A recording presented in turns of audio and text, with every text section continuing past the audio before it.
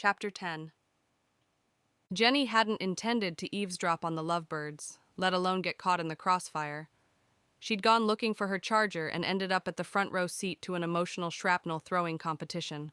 But when she rounded the corner by the staircase, the low rumble of Aiden's voice stopped her cold. At first, she thought it was another argument. God knew they'd been circling each other like live wires for days.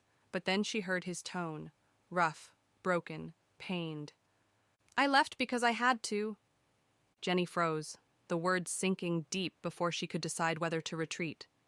She stood half hidden by the wall, torn between guilt and concern as Emma's sharp, trembling voice replied him. "Shit!" Jenny pressed herself flat against the wall as Emma brushed past, eyes glossy and jaw tight, her pace quick and uneven. The door to Emma's room slammed a few seconds later, the sound reverberating through the hall like the aftershock of a gunshot. It took Jenny less than a second to decide to go after Emma. The room was dark except for the faint glow of the city leaking through the blinds. Emma sat on the edge of the bed, her back to the door, one hand clutched around a tissue that had long since given up trying to help. Her shoulders rose and fell in shallow, uneven breaths. Jenny knocked softly, then cracked the door open. "Hey, you okay in here?" The silence that followed wasn't promising. Jenny slipped in anyway, closing the door behind her. She didn't bother pretending she hadn't heard. Emma would see through the lie instantly. "I might have, caught a bit of that downstairs," Jenny admitted carefully. "Didn't mean to, but, thin walls, thick drama." Emma gave a choked laugh that dissolved into another sob. "God, I'm a mess." Jenny crossed the room, sitting beside her on the bed. "Yeah, you are, but it's a very understandable kind of mess." Emma wiped at her face, only succeeding in smudging the mascara across her cheek. "He broke me, Jen. 5 years ago, he told me he loved me, and 3 days later, he disappeared. No note, no call, nothing. I thought he was dead, and when I finally stopped waiting for him to come back, I promised myself I'd never—" She stopped, voice breaking. "I'd never let him do this to me again." Jenny stayed quiet, letting her get it out. "And now he's here," Emma went on, her tone raw. "And I hate that I still feel something. I hate that my heart still reacts like it doesn't remember what he did." Jenny leaned back, crossing her arms. "That's the thing about hearts. They're like bad interns. They don't follow orders." Emma huffed out a small laugh, watery but real. "That's terrible advice." "Maybe. But it's true," Jenny said. "Look, I'm not saying forgive the guy. I heard him down there. He sounds like he's got his own set of scars. But from where I'm sitting, he didn't sound like a liar. He sounded like a guy who's been living with one bad decision for a very long time." Emma stared at the floor, twisting the tissue between her fingers. "You really think he meant it? That he left because he thought he was protecting me?" Jenny sighed, tilting her head. "I think Aiden's the kind of guy who'd take a bullet without blinking, but can't handle hurting someone he actually cares about. Which means when it comes to you, yeah, he probably thought leaving was the only way to keep you safe." Emma's voice softened, hesitant. "He said he'd rather have me hate him than see me hurt." Jenny's lips curved faintly. "Then maybe he's been living off that hate like punishment. And maybe you've been doing the same thing, just from the other side." For a long moment, the only sound was the faint hum of the streetlight outside. Emma wiped her face again, breathing more evenly now. "I don't know if I can ever trust him again, Jen. Not the way I used to." "Then don't," Jenny said simply. "Not yet. Trust isn't all or nothing. It's earned. But maybe don't slam the door on him before he's even had a chance to knock properly this time." Emma smiled faintly, the expression small but genuine. "You really think he still cares?" Jenny nudged her shoulder. "Honey, the man looked at you like you hung the damn moon. He couldn't hide it if he tried." That earned a quiet laugh. Emma's chest felt lighter, though it still hurt. Emma turned toward her friend, eyes red but softer now. "Thank you."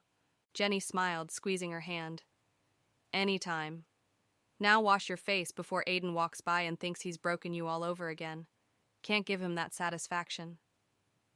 Emma laughed, a real laugh this time. You're the worst. Yeah, Jenny said, standing and heading for the door. But I'm also right. Think about what I said, okay? When the door clicked shut behind her, Emma sat in the quiet for a long moment. Her reflection in the window looked tired, fragile, but human again. She took a deep breath, pressing the tissue to her chest like it might hold her together. Maybe Jenny was right. Maybe Aiden hadn't meant to destroy her, but meaning didn't erase pain, and forgiveness, if it ever came, would take time. Still, for the first time in years, Emma didn't feel completely alone in it. The house felt smaller that night, as if the walls themselves had absorbed what they'd seen. The air hung thick with exhaustion and disbelief, the silence punctuated only by the faint hum of Bee's computer in the war room as she processed what little data she'd managed to pull before leaving the warehouse. Emma sat at the long table watching Bee work, but lost in thought. Theo paced like a caged animal, his hands clenched and unclenched at his sides, jaw tight with restless energy. Jenny leaned against the doorframe, watching with a half-smile tugging at her mouth. "You're going to wear a hole in the floor," she drawled. "What's eating you, rookie?" Theo stopped, exhaled, and ran a hand through his hair. This isn't a game. This guys are dangerous, and one wrong move, and we could all be in trouble." Jenny tilted her head, her grin widening. "Don't worry. If you screw up, I'll just blame Jasper." Theo blinked, caught off guard, and she laughed. For once, it wasn't sharp or mocking, but warm.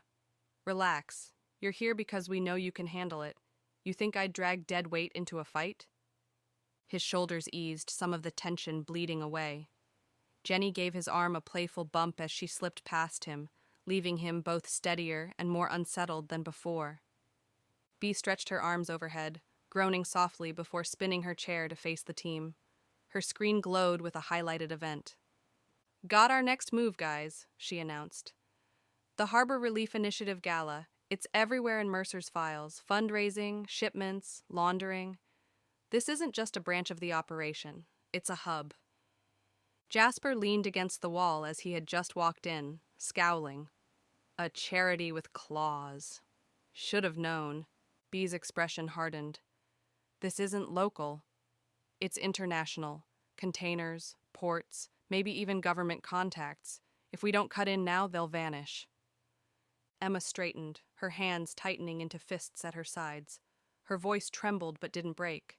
"Then we go. We finish this." Across the room, Aiden's gaze found hers. The bruise at his ribs pulsed with every breath, but he didn't look away. The storm was coming, and they both knew it. But for the first time, Emma wasn't running from the fight. She was stepping toward it. Chapter 11. They dressed for a world Emma now detested, the lacquered, perfumed world where wrongs were smoothed with a cocktail and a check. Jasper handed her a beautiful gown, a deep sapphire blue that clung to Emma's frame just enough to suggest elegance over allure, the fabric soft and fluid as water. Its open back and subtly flared skirt allowed her to move with quiet grace. Martha had stitched a hidden pocket into the seam, and when Emma slid the panic fob into it, the small weight comforting. Aiden stood near the door, watching Emma as she fastened her earrings. He didn't say anything, but she felt his eyes on her like a steady weight. When she met his gaze in the mirror, he looked away too late. He no longer moved with the implacable distance that had once been his default. There was a softness, brief, contained. He jumped at the opportunity to brush his fingers at the fabric near her shoulders any time she walked past high. Emma pretended not to notice. "Remember the rules," Jasper said, voice curt, pulling his jacket straight. "We go in, get the intel, and we are out. If anyone lays a hand on Emma without permission, we end it. No theatrics." Bee rolled her eyes from behind her tablet. "I'm patching into the gala's cameras now. Just remember, the security there isn't for show. They've got a private team running the floor." Theo adjusted his cuff, looking both nervous and ready. "Guess that's our cue to smile and blend in." Jenny, absurdly giddy, zipped up the back of Emma's dress, and then swore with delight at the fit. "You look gorgeous, Em," she murmured. Emma tried to laugh. It came out small, but the laugh steadied something inside her. She let Jenny braid a single thin plait at the nape of her neck to keep the comm wire hidden under her hair. Bea handed over a tiny earpiece while Theo checked the battery on the comms pack Jasper had insisted they all wear. They arrived at the Harbor Relief Initiative Gala under a wash of soft light and polished shoes. The Harbor Relief Initiative Gala was a sea of crystal lights and practiced smiles. The kind of place where the rich clapped for charity and pretended the world was better because they'd written a check. Cameras dotted the room, their lenses glossy. Volunteers smiled in matched t-shirts at the entrance, holding clipboards like shields. Emma walked in beside Aiden, who looked sharp and uncomfortable in equal measure. She'd caught him glancing at exits and security guards instead of the decor. "Relax," she whispered. "You look like you're casing the place." "Maybe I am," he murmured back. Guests floated past them, men in tuxedos, women in expensive gowns, all chatting as if the night weren't hiding something rotten underneath. Bea's voice came through the earpiece in a calm whisper. "You're clear. Cameras are looping. Keep your comms open." Jenny and Theo moved through the room, disguised as catering staff, trays in hand. Jenny slipped easily into the role, flirting her way into conversations to get close to the donors. Theo kept to the edges, blending in quietly and listening. Emma scanned the room and froze when she saw Voss. His smile was polished, but his eyes were as sharp as ever. The claw-shaped ring caught the chandelier's light as he shook hands with a city official. Aiden noticed him too, his body tensed beside her. "There he is." "Stay cool," Emma muttered. "We can't afford a scene." "Not promising anything," he said under his breath. Later, Emma slipped away to a side corridor, following a sound that didn't fit the room's soft music. Through a slightly open door, she heard Mercer's voice, low and irritated. "The shipments are behind schedule. The bracelets were supposed to cover costs. We can't delay again." Another voice, smooth and controlled, answered him. "Don't worry about the money. Focus on the containers. The premium clients are expecting their stock." Emma's stomach turned. Premium clients.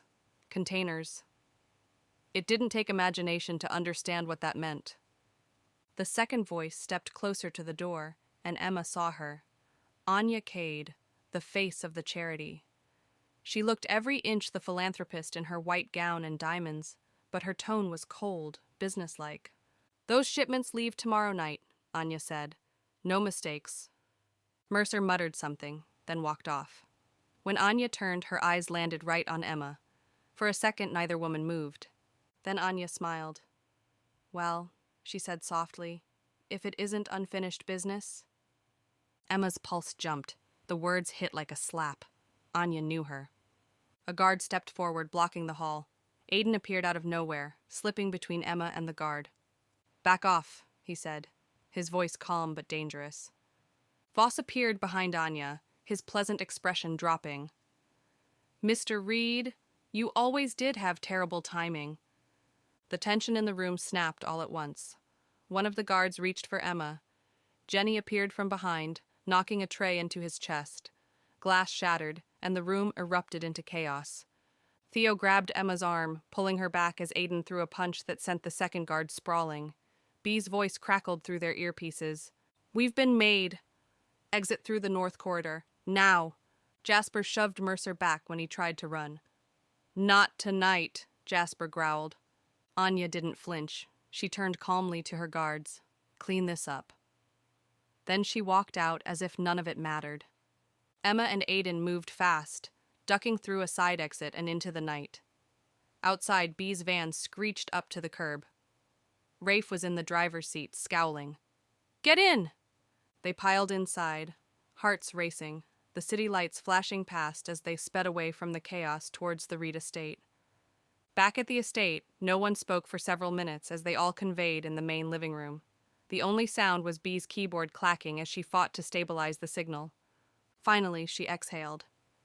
"Got something. Before we got locked out of the system, I pulled part of Mercer's data. There's a warehouse listed, Pier 14, shipments marked for export tomorrow night. Emma's chest tightened.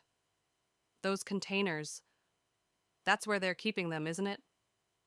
Bee's eyes flicked toward her, grim. Yeah, and if we don't stop them, they're gone by morning. Aiden turned from the window to face the group. Then we go tomorrow. Jasper nodded once. We end this. Emma stared out at the dark water flashing by. Her reflection looked pale, drawn, but her voice was steady when she spoke. They've been hiding behind charity and good PR long enough. Aiden's gaze lingered on her profile. Then let's rip the mask off tomorrow. Theo swore softly under his breath. Jasper's jaw tightened.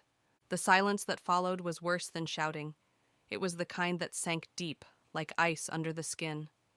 Then Emma's voice cracked through it. We have to stop them now. No one argued, but Aiden's frown deepened. We will. But not tonight. We don't have enough intel, and we're running on fumes. If we go in blind, we'll walk into an ambush. She turned toward him, fire sparking under her exhaustion. We don't have the luxury of waiting. You saw those manifests, Aiden. You heard what they said about the shipments. I did, he said evenly. And that's exactly why I'm telling you to let me and Jasper handle this tomorrow. You in particular need to rest. Her laugh came sharp and bitter. Rest? While girls are being packed into boxes like freight? Do you even hear yourself? His eyes flashed. I hear you just fine. What I don't hear is reason. You've been through hell tonight, Emma. You're exhausted, you're shaken, and you're bleeding, she snapped, pointing to the dark stain that had spread through his shirt where the bruise had reopened. You don't get to lecture me about reason when you can barely stand straight. For a heartbeat, neither moved. Jasper cleared his throat like he was about to step in, but Bee shook her head silently. This wasn't theirs to interrupt. Aiden exhaled slowly, as if reining in the part of him that wanted to shout. When he finally spoke, his voice was quieter, rougher. You think I don't know how bad this is? You think I don't see those boxes when I close my eyes? But if you go down there half prepared, they'll add your name to the list, and there's no way in hell I'm letting that happen to you. Emma froze, the words hitting like a blow. He took a hesitant step closer, the edge of his restraint crumbling. You don't get it, Emma. The thought of you in one of those containers. His voice broke, the last word scraping raw in his throat. I couldn't live with that. Her anger wavered, faltered. For a heartbeat, she saw something unguarded in his expression, fear, pure and unfiltered. But then memory cut through. 5 years ago, him saying he loved her and then vanishing without a word. You already left once, she whispered. You broke me, Aiden. Don't you dare pretend this is about protecting me. You don't get to make that choice again. He closed the distance between them in 2 strides, his voice low but unyielding. This isn't about choices anymore. It's about surviving what's coming, and I'll protect you, whether you hate me for it or not. She stared up at him, chest heaving, the fight draining out of her as fast as the anger had come.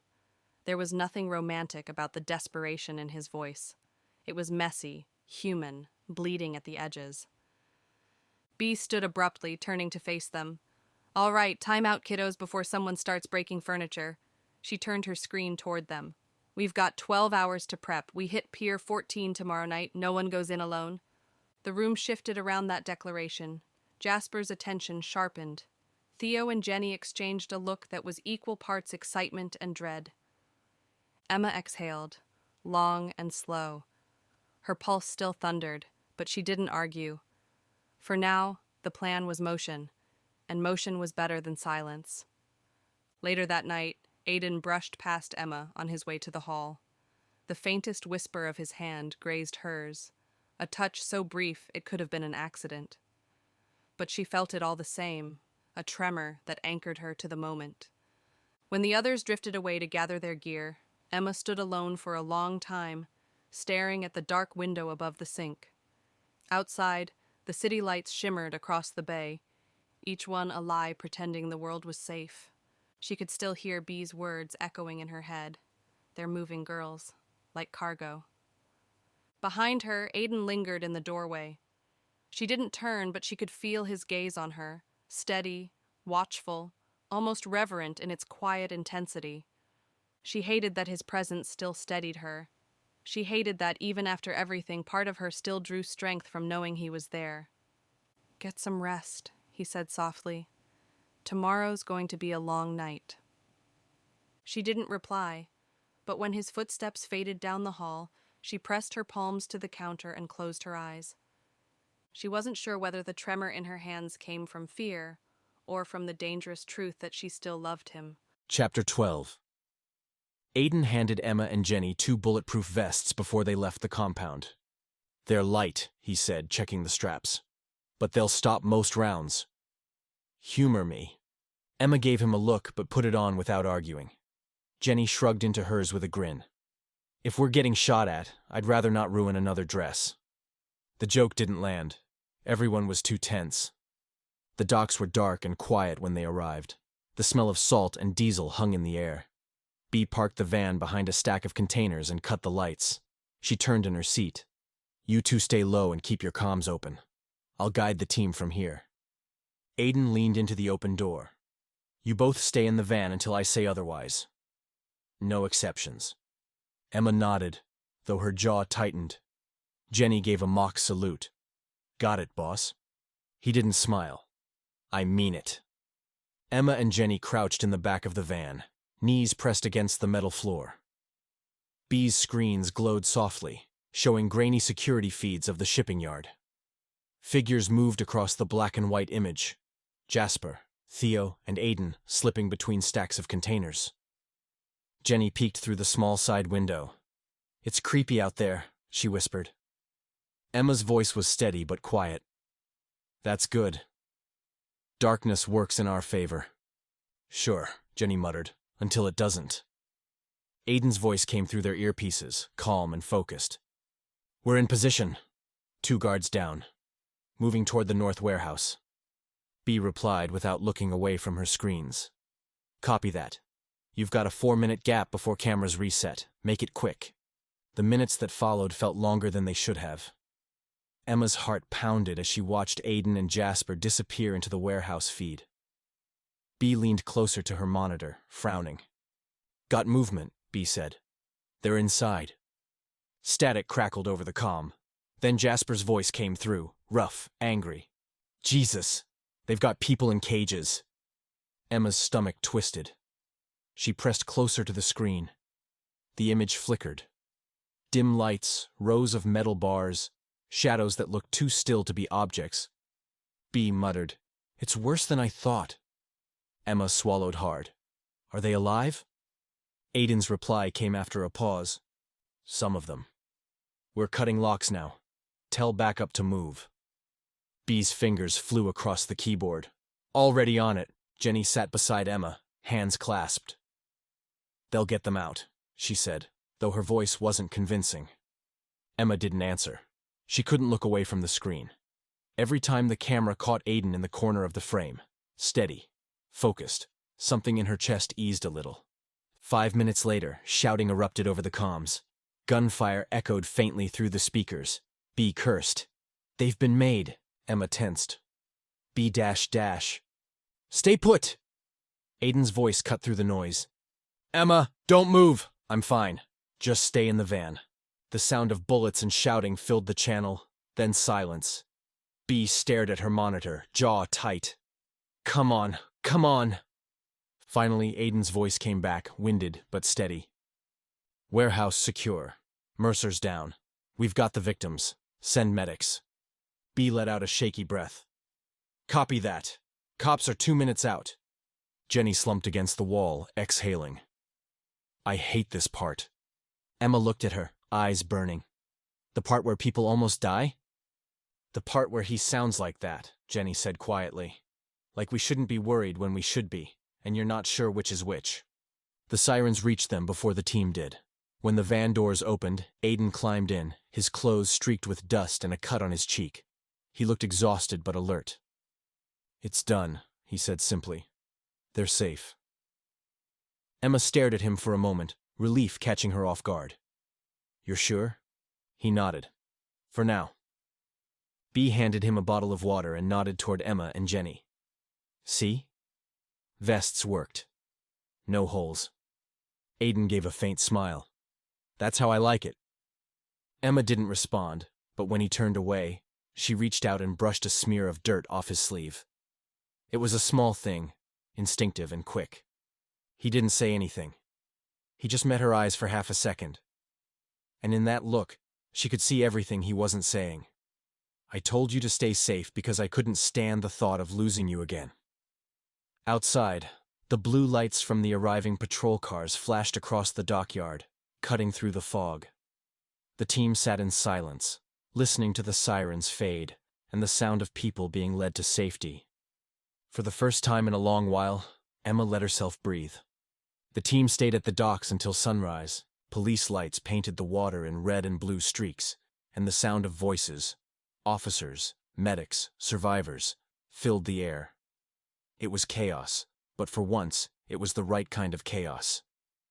Inside the warehouse, the fight had been short but rough. Mercer's guards hadn't expected a full team. Jasper and Aiden took the front while Theo covered from the side, dropping 2 armed men before they could reach the cages. One of them tried to run, firing wildly until Aiden tackled him into a pile of chains. Another went down hard when Jasper clipped him with the butt of his weapon. Voss had been there too, halfway to a side door when the first shots went off. He didn't make it far. Aiden caught him near the loading bay, pinned him against the wall, and held him there until the local units arrived. By the time the sirens filled the yard, Voss had stopped pretending to be anything but guilty. The girls were shaken, but alive. B's comms had guided Rhea, who had been in the second van driven by Theo, and Jenny to the back cages first, and together they'd freed nearly a dozen victims before the police stormed in. A few more were found in transport crates, terrified but unharmed. When it was finally over, the warehouse floor was scattered with open locks, discarded weapons, and a few men who'd learned that night what it felt like to lose control of a situation they'd built to exploit others.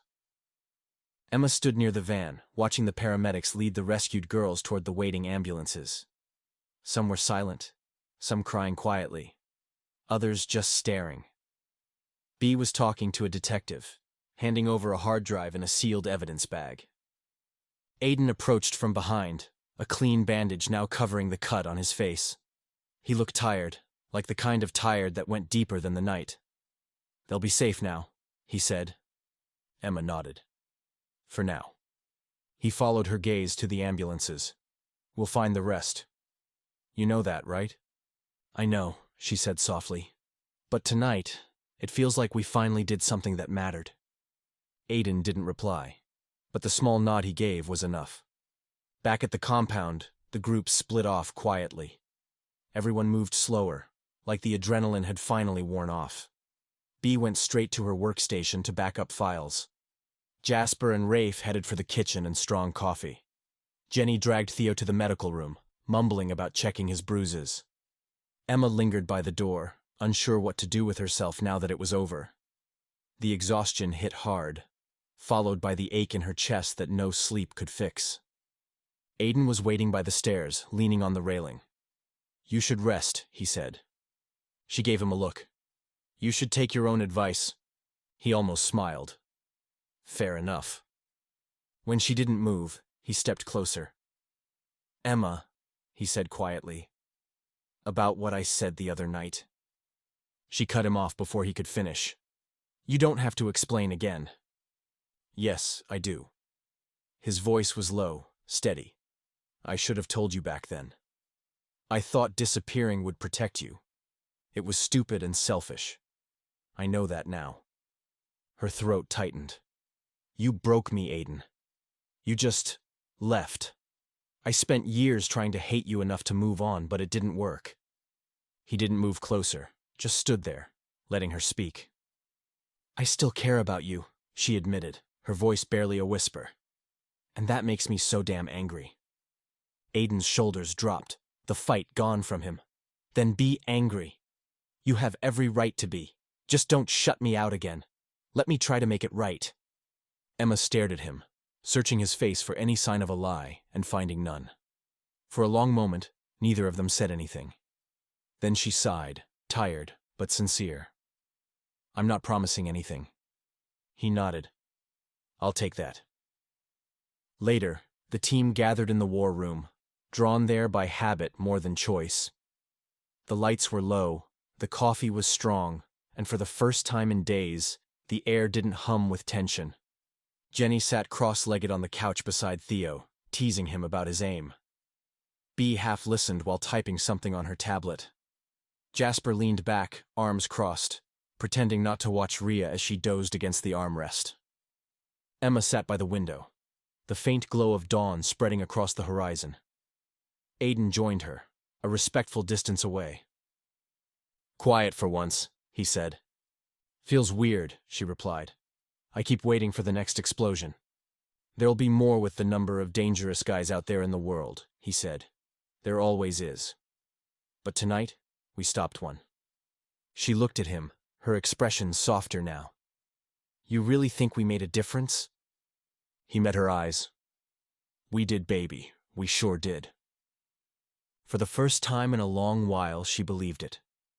They sat there in silence, the others' quiet laughter filling the background.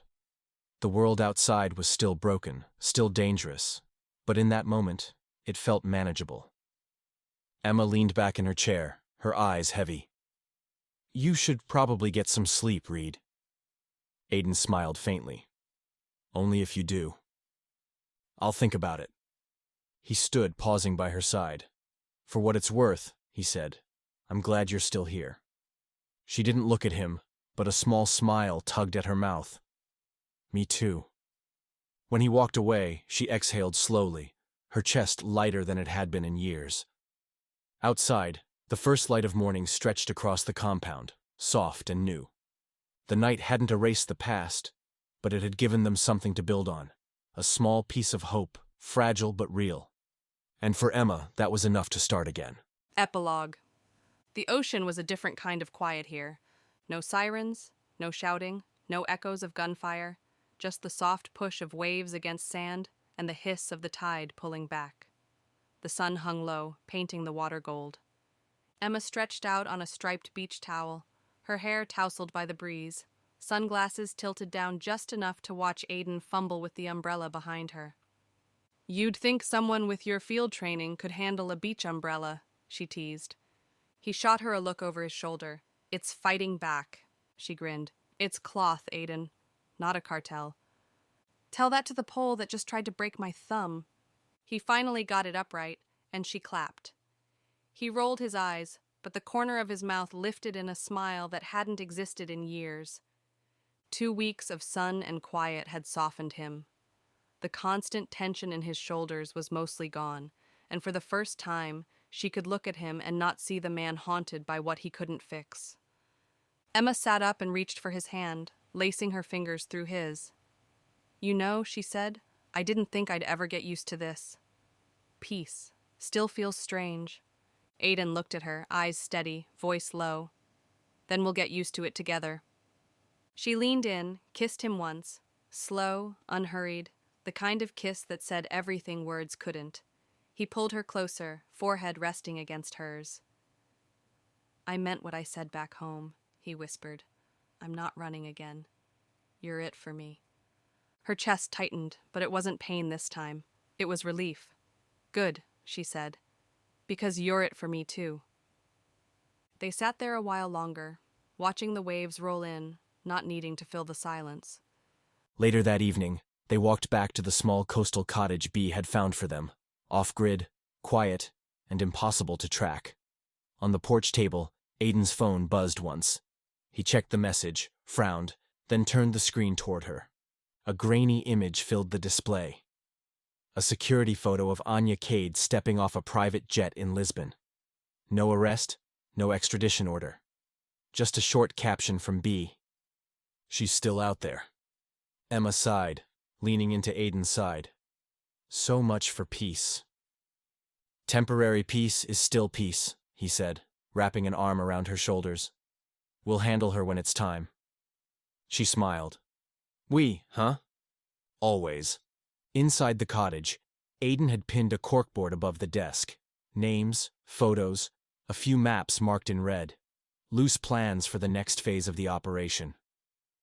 At the edge of the board, Emma noticed a photo that hadn't been there before. Jasper and Rhea, taken at the docks. He was helping her into the van, his hand resting at her back, his expression unreadable but gentle. Aiden followed her gaze. Looks like Jasper's already halfway to his next mission. Emma smiled. And maybe something else.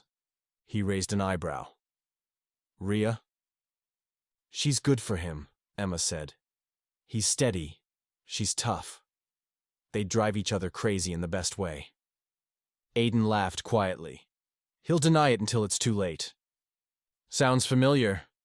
He slipped an arm around her waist. Maybe it's a family trait. Outside, the waves kept their steady rhythm. Inside, for the first time in a long while, there was peace. But peace never lasted long in their world. Across the ocean, Anya Cade watched a news report on the raid, the glow of the TV lighting her face. When Mercer's photo appeared on screen, her smile turned cold. Let them celebrate, she murmured. They have no idea what's coming. She picked up her phone, dialed a number, and waited. The Reed legacy wasn't over. It was just getting started. The end.